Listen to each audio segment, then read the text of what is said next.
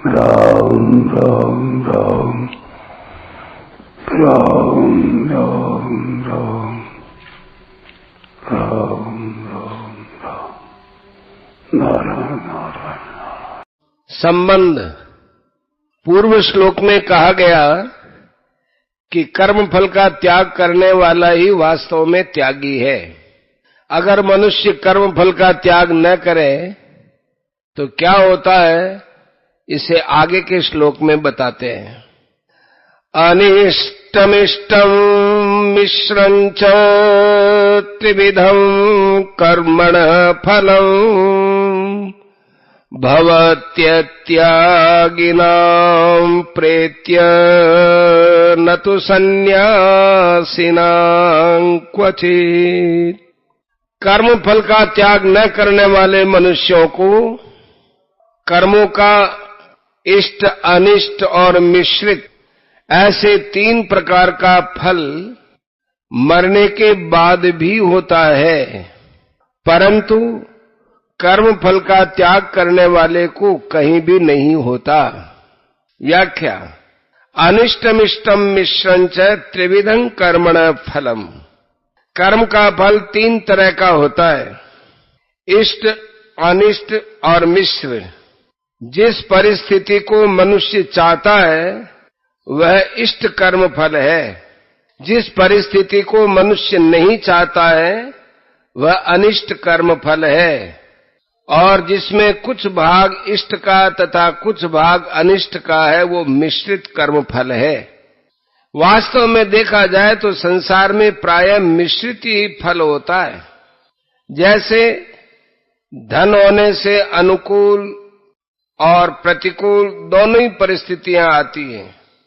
अनुकूल को इष्ट कहते हैं, प्रतिकूल को अनिष्ट कहते हैं। धन से निर्वाह होता है, ये अनुकूलता है, और टैक्स लगता है, धन नष्ट हो जाता है, छिन जाता है, ये प्रतिकूलता है। तात्पर्य है कि इष्ट में भी आंशिक अनिष्ट और अनिष्ट में भी आंशिक इष्ट रहता है, कारण कि संपूर्ण संसार त्रिगुणात्मक है। 18वें अध्याय का 40वां श्लोक। यह जन्म भी दुखालय है, दुखालयम अशाश्वतम 8 का 15, और सुख रहित है, अनित्यम सुखम लोकमिमम् 9वें अध्याय का 33वां श्लोक। अतः चाहे इष्ट परिस्थिति हो चाहे अनिष्ट परिस्थिति हो, वह सर्वथा अनुकूल या प्रतिकूल होती नहीं। यहाँ इष्ट और अनिष्ट कहने का मतलब है कि इष्ट में अनुकूलता की और अनिष्ट में प्रतिकूलता की प्रधानता होती है। वास्तव में कर्मों का फल मिश्रित ही होता है, क्योंकि कोई भी कर्म सर्वथा निर्दोष नहीं होता। सर्वारंभा ही दोषेण धूमेनाग्निरिवावृताः 18 का 48। भवत्यत्यागिनां प्रेत्य। उपर्युक्त सभी फल अत्यागियों को अर्थात फल की इच्छा रखकर कर्म करने वालों को ही मिलते हैं, सन्यासियों को नहीं। कारण कि जितने भी कर्म होते हैं वे सब प्रकृति के द्वारा अर्थात प्रकृति के कार्य, शरीर, इंद्रियां, मन और बुद्धि के द्वारा ही होते हैं, तथा फल रूप परिस्थिति भी प्रकृति के द्वारा ही बनती है। इसलिए कर्मों का और उनके फलों का संबंध केवल प्रकृति के साथ है, स्वयं चेतन के साथ नहीं है। परंतु जब स्वयं उनसे संबंध तोड़ लेता है तो फिर वह भोगी नहीं बनता, प्रत्युत त्यागी हो जाता है। अत्यागी का मतलब है, पीछे के 2 श्लोकों में जिन त्यागियों की बात आई है उनके समान जो त्यागी नहीं है, अर्थात जिन्होंने कर्म फल का त्याग नहीं किया है, ऐसे अत्यागी मनुष्यों के सामने इष्ट, अनिष्ट और मिश्रित तीनों कर्म फल अनुकूल और प्रतिकूल परिस्थिति के रूप में आते रहते हैं, जिनसे वे सुखी दुखी होते रहते हैं। उनसे सुखी दुखी होना ही वास्तव में बंधन है। वास्तव में अनुकूलता से सुखी होना ही प्रतिकूलता में दुखी होने का कारण है, क्योंकि परिस्थिति जन्य सुख भोगने वाला कभी दुख से बच ही नहीं सकता। जब तक वह सुख भोगता रहेगा तब तक वह प्रतिकूल परिस्थितियों में दुखी होता ही रहेगा। चिंता, शोक, भय, उद्वेग आदि उसको कभी छोड़ नहीं सकते और वह भी इनसे कभी छूट नहीं सकता।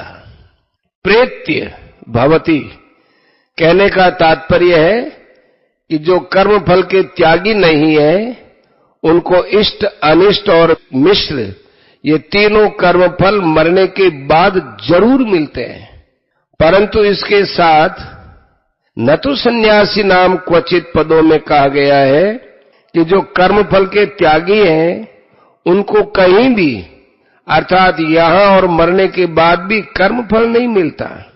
इससे सिद्ध होता है कि अत्यागियों को मरने के बाद तो कर्म फल मिलता ही है, पर यहां जीते जी भी कर्म फल मिल सकता है।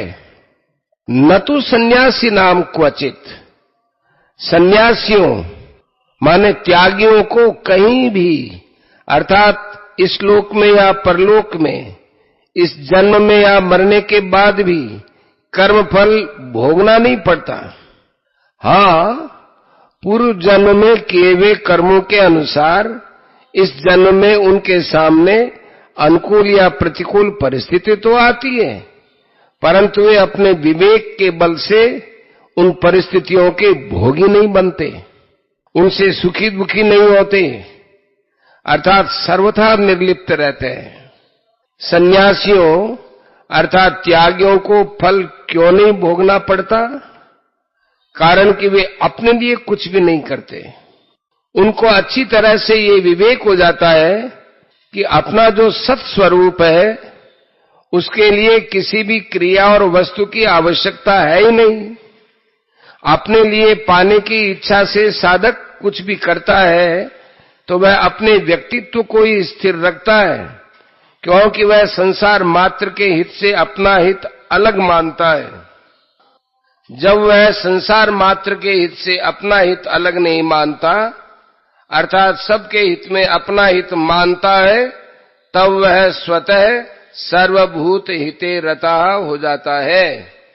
फिर उसके स्थूल शरीर से होने वाली क्रियाएं, सूक्ष्म शरीर से होने वाला परहित चिंतन और कारण शरीर से होने वाली स्थिरता, तीनों ही संसार के मात्र प्राणियों के हित के लिए होती है।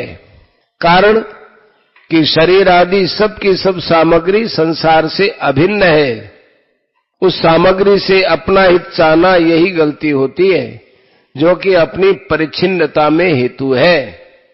यहां सन्यासी नाम पद में त्यागी माने कर्मयोगी और सन्यासी माने सांख्य योगी दोनों की एकता की गई है। जैसे कर्मयोगी कर्मों से असंग रहता है तो सांख्य योगी भी कर्मों से सर्वथा निर्लिप्त रहता है। कर्मयोगी निष्काम भाव से कर्म करते हुए भी फल के साथ संबंध नहीं रखता तो सांख्य योगी कर्म मात्र के साथ किंचित भी संबंध नहीं रखता।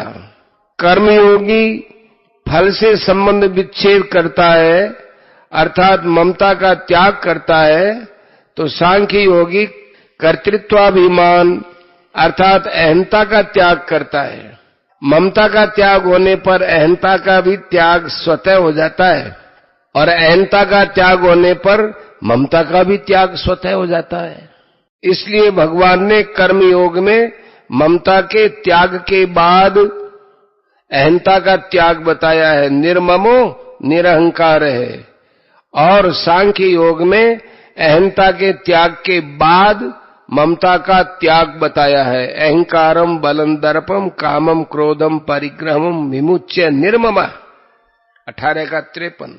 इन दोनों की इस त्याग करने की प्रक्रिया में तो फर्क है, परंतु परिवर्तनशील प्रकृति और प्रकृति का कार्य इनमें से किसी के भी साथ इन दोनों का संबंध नहीं रहता।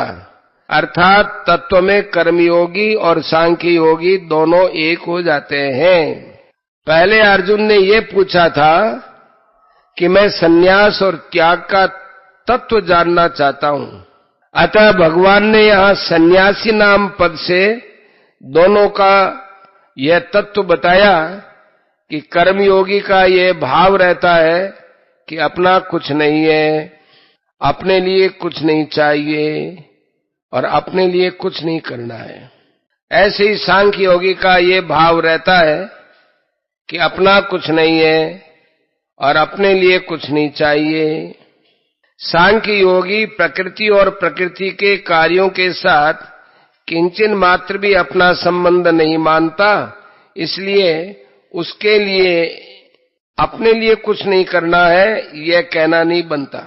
यहाँ त्यागी नाम पद न देकर सन्यासी नाम पद देने का ये तात्पर्य है कि जो निर्लिप्तता सांख्य योग से होती है वही निर्लिप्तता त्याग से अर्थात कर्म योग से भी होती है।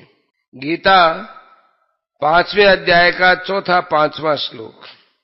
दूसरी बात, यहां तक भगवान ने कर्म योग से निर्लिप्तता बताई, अब सन्यासी नाम पद देकर आगे सांख्य योग से निर्लिप्तता बताने का बीज भी डाल देते हैं।